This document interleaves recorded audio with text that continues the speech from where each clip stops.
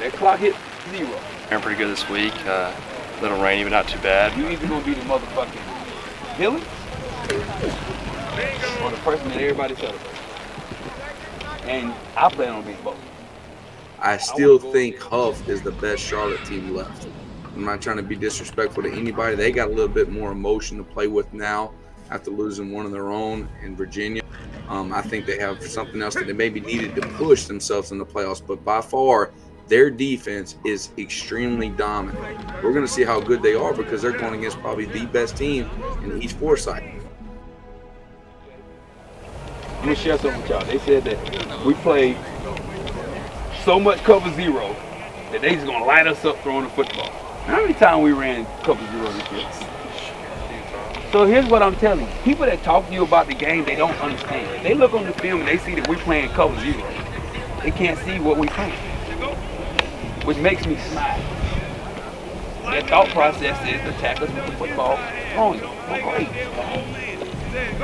They're going to catch a ball or two here or there, make a first down here or there. It's not sustainable. The way that you win at this level, at this time in the season, the way that you extend your football career, let's put it that way.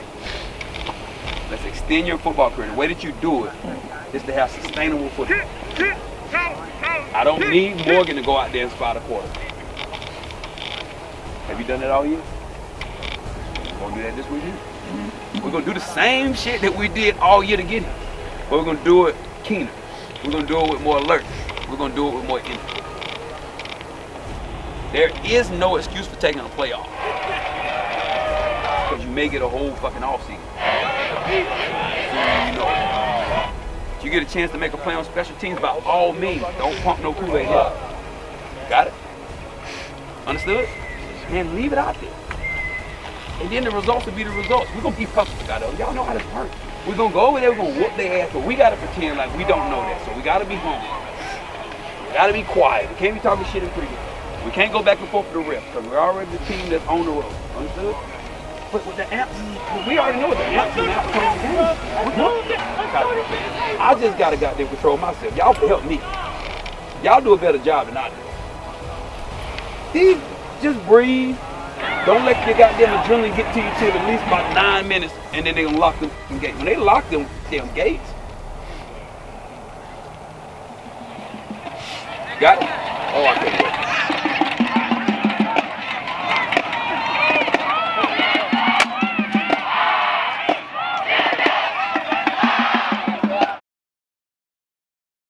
Got one of the best defenses in the state. I just want to keep it close to fourth quarter. Yeah. Keep it close to fourth quarter. Maybe make a play or two at the end to win. They're really good. They're skilled offensively. They remind me a lot of Chambers and what they do. In their skill guy. Can skill bend the wheel of steel? When an unstoppable force meets an immovable object, which will prevail? Senior quarterback Jaylen Alexander-Raynor and this Eagles offense has outscored their opponents in these playoffs, 91-0. That's a tough task for Hough. The number 5 seeded Huskies head to Kernersville to take on the 4th seeded Eagles. Gym class is in session. If you expected a quarterback shootout, that's not what you got early on and often Friday night. Drive start out slow. After drop passes, a loss for Hudson in the backfield. Hudson then rolls out to the right, where he's able to make the completion to number 11, Marquel Quick, just short of the first down line. Owen Furr will take the field and punt the Eagles offense inside the 20-yard line, where they'll begin their drive at the 17. Arkansas State commit senior quarterback Jaylen Raynor would drop his first snap of the afternoon, which would lead to an incompletion. In the following snap, he completes a pass to number 12 Ronnie Christian, which is called back for a legal shift. This would be a reoccurring issue for the Eagles offense. I understand. I'm just saying I asked for what. Back to second down.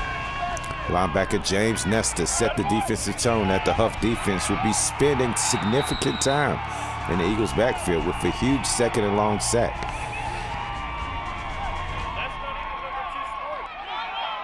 The Eagles try a quarterback draw, which was picked up immediately by senior middle linebacker Nick Garrido, which would lead to an Eagles punt. First 2 drives, 3 and outs apiece. A catch on first down by Marquell Quick with 3 defenders bordering the completion as Chachi Sullivan rallies his defense. Senior running back J.T. Smith in the Huskies offense gets to work, approaching the red zone.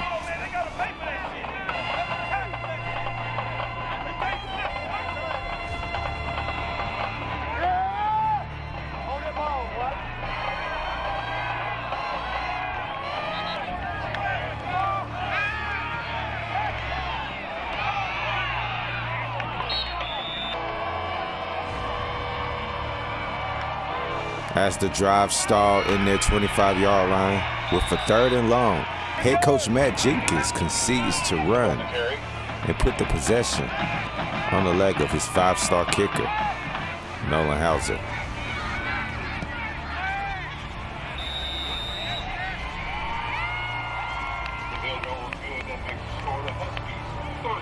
The harassing Hough defense stood tall on ensuing possession, stifling the Eagles' offense for 3 straight plays.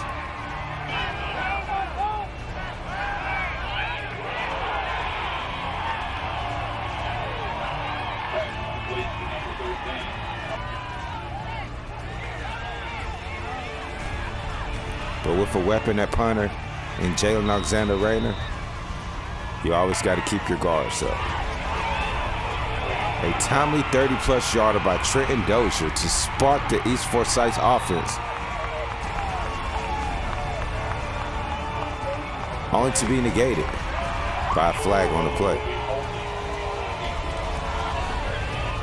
The Eagles offense struggled to get back on track with 2 attempts at getting the ball in their playmakers' hands. Javante Connor and Ronnie Christian both stopped for short gains. On the 3rd and 2, Raynor goes and gets the first down himself.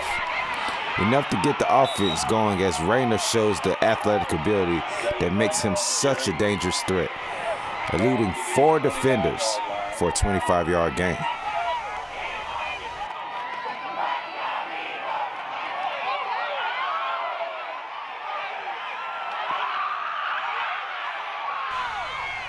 Then the flags come out.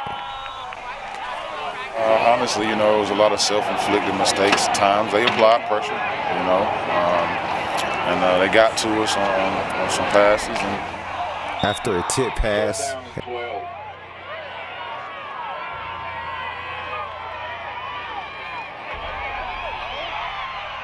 and another Raynor sack on 3rd and 12, East Forsyth is forced to punt.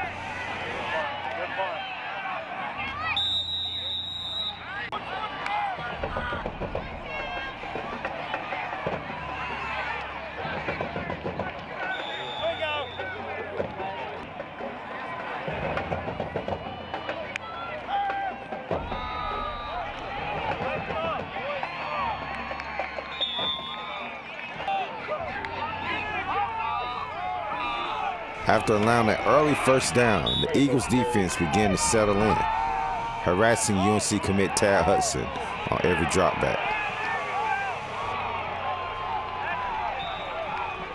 Every time he pumps, ATL not going to block it. Body.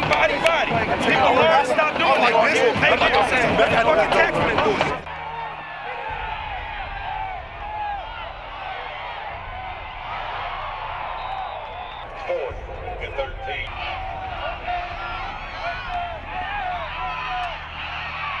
from the 15-yard line.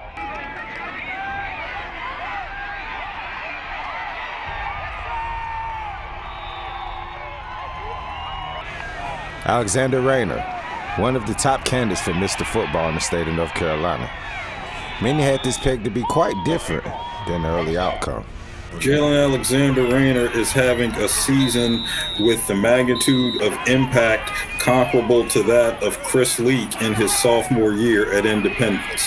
East Forsyth wins this one, not necessarily going away, but comfortably enough to continue on its journey to a state championship, and Jaylen Alexander-Raynor continuing on his journey to Mr. Football. Thank you.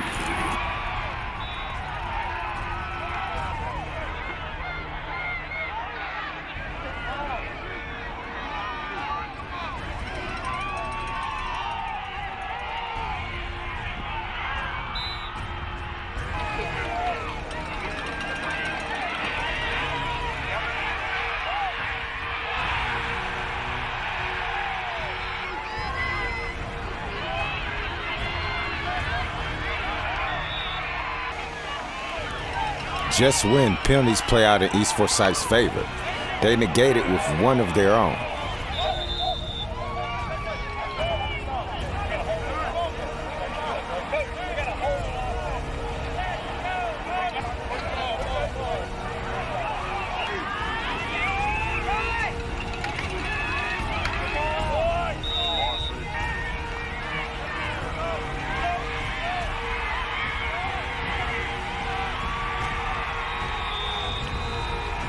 Brandon Palmer's relentless pressure brings Alexander-Raynor down to force a huge 4th down.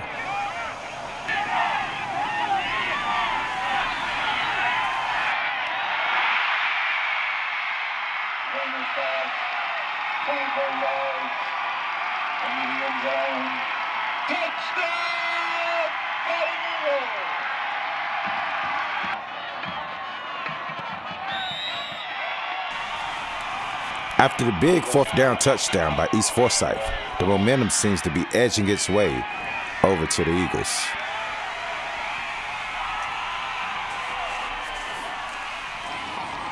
Huskies use a bit of trickery to try and utilize their playmakers in Markel Quick. After a quick 3 and out, no pun intended, East Forsyth will get another chance to add on to their lead. But the Husky special team and punter Owen Furr will make that a tough task for the East Forsyth offense, pinning them inside the 10-yard line. Eagles go to work.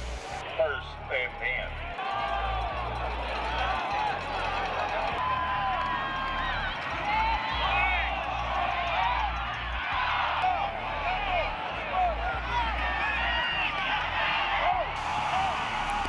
Big sack fumble by junior linebacker Anthony Walker leads to a Husky recovery by James Nesta for the leading score before half.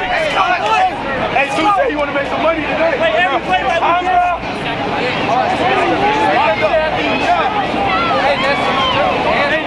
We got to do our part.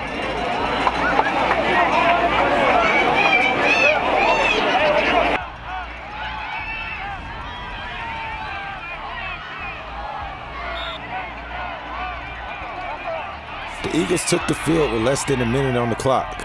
After a Raynor Alexander run off the right side and a following incompletion, star wide receiver Quayshawn Brown went down on an attempted reverse to the left before the break. That's the end of the first half of play. The score of the Huskies 10, the Eagles 7. After a first half that had been played in both teams' backfield, the Huskies' lead was not insurmountable, and getting the ball back to begin the second half could be just what the Eagles needed to soar.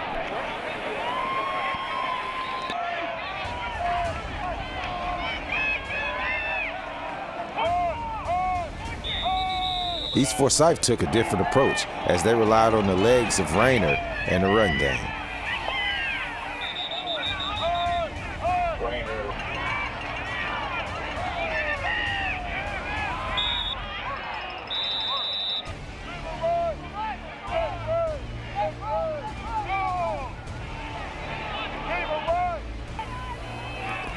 With not much success, they faced a familiar foe, 4th down. The Hough offense will begin their drive relatively the same way, leaning on J.T. Smith in the Huskies' rushing attack.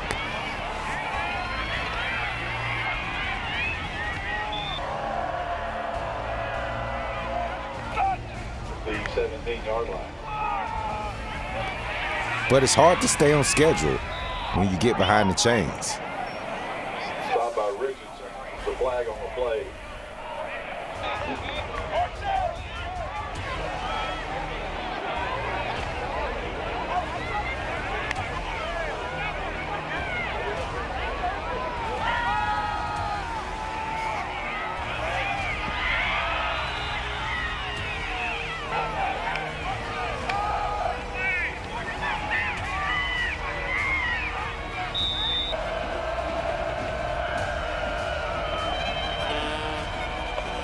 Under pressure but poised, Tar Heels commit Tad Hudson was able to dump it off and let his receiver, Markel Quick, get shifty.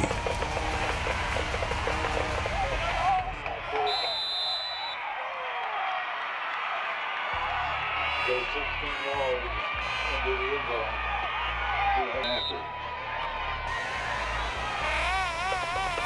zone. A back-breaking touchdown that made going up against this defense a battle up here.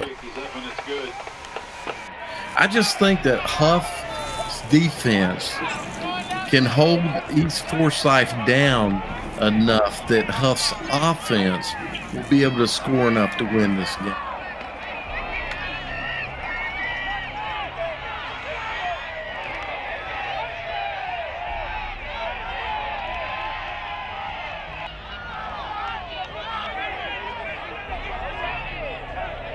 Personal foul.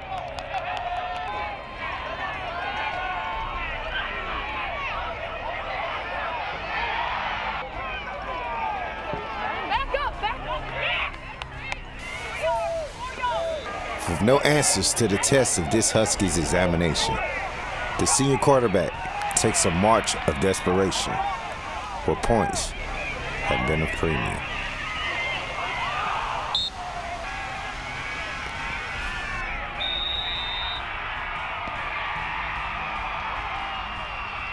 As the game crept into the later half of the third, J.T. Smith and this offensive line just seem to have found their way and have leaned on the East Forsyth defensive line.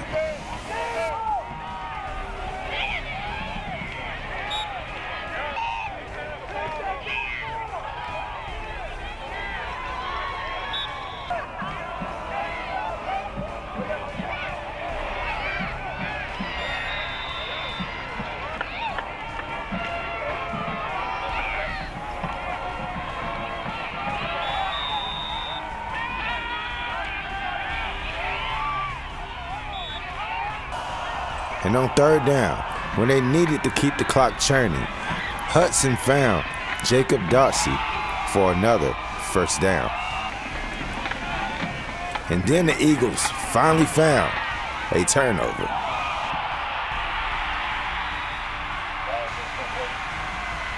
If anything were to change in the complexion of this game, this drive would need to be the drive.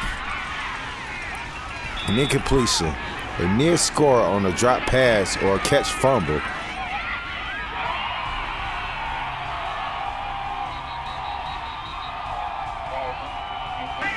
a timely scramble to the right for a positive completion,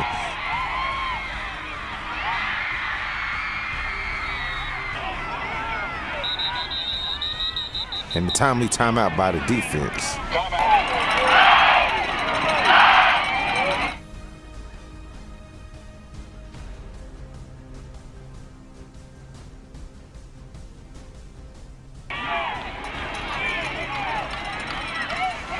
Leads to a timely interception. Rainer's pass is intercepted. Run David McIntyre goes into the end zone. Personal foul. Blindside block.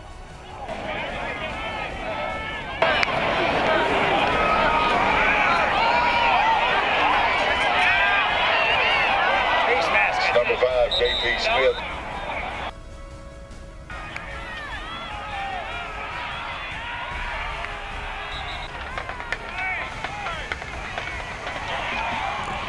After the big game by Markel Quick, A dejected home team contemplates the inevitable.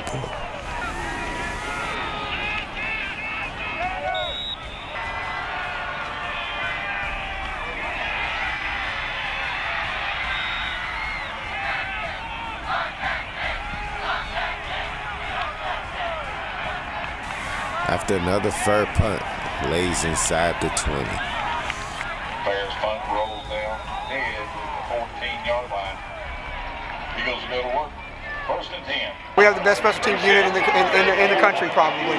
You know, with Nolan Hooser and Owen Fair and our long snapper Christian Johnson, and then our coverage guys. They do an unbelievable job, and they'll continue to do it. The Hough defense didn't let up one bit. Incompletion after tackle for loss.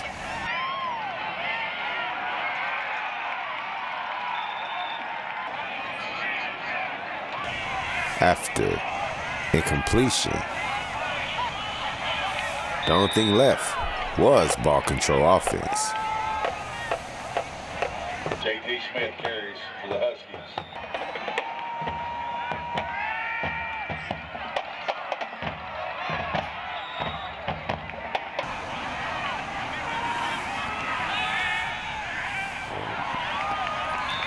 Hudson chipped away at the Eagles' defense ever so slightly by taking what they gave them.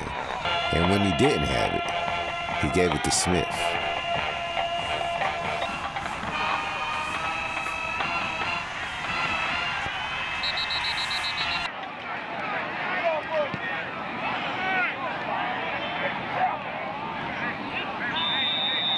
Man, you know what? I'm gonna have to look at the tape.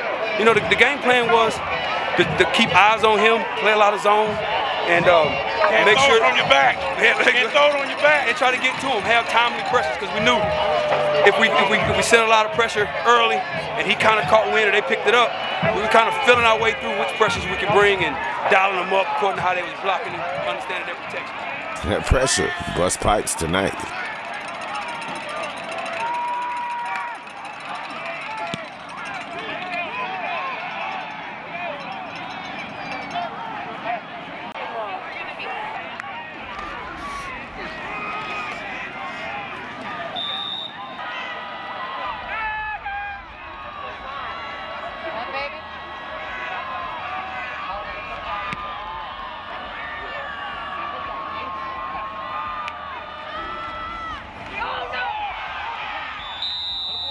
And 7.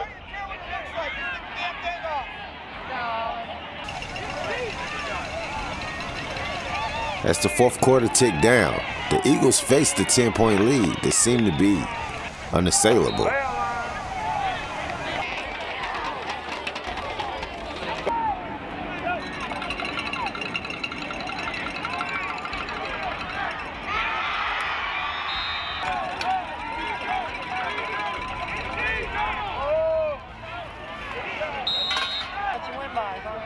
Yeah, defense played their hearts out, man. They played great, fantastic, great game plan, and offensively we gutted it out like we've always done, and we'll continue to do. We've got to get better. I've got to do a better job coaching. It was a rough week for us, and we'll get better. We'll get better next week. At the end of the game.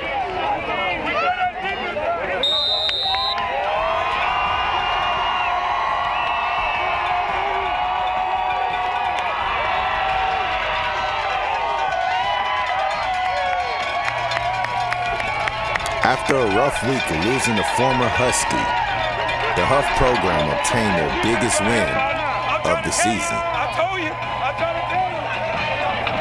For Mr. Football candidate Jaylen Alexander-Raynor, his senior season comes to an end. In the middle of the fourth quarter.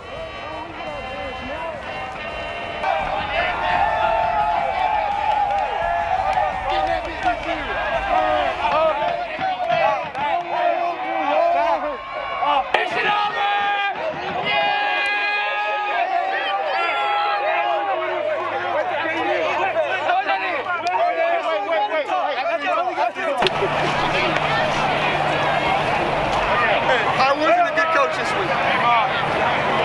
What happened next week?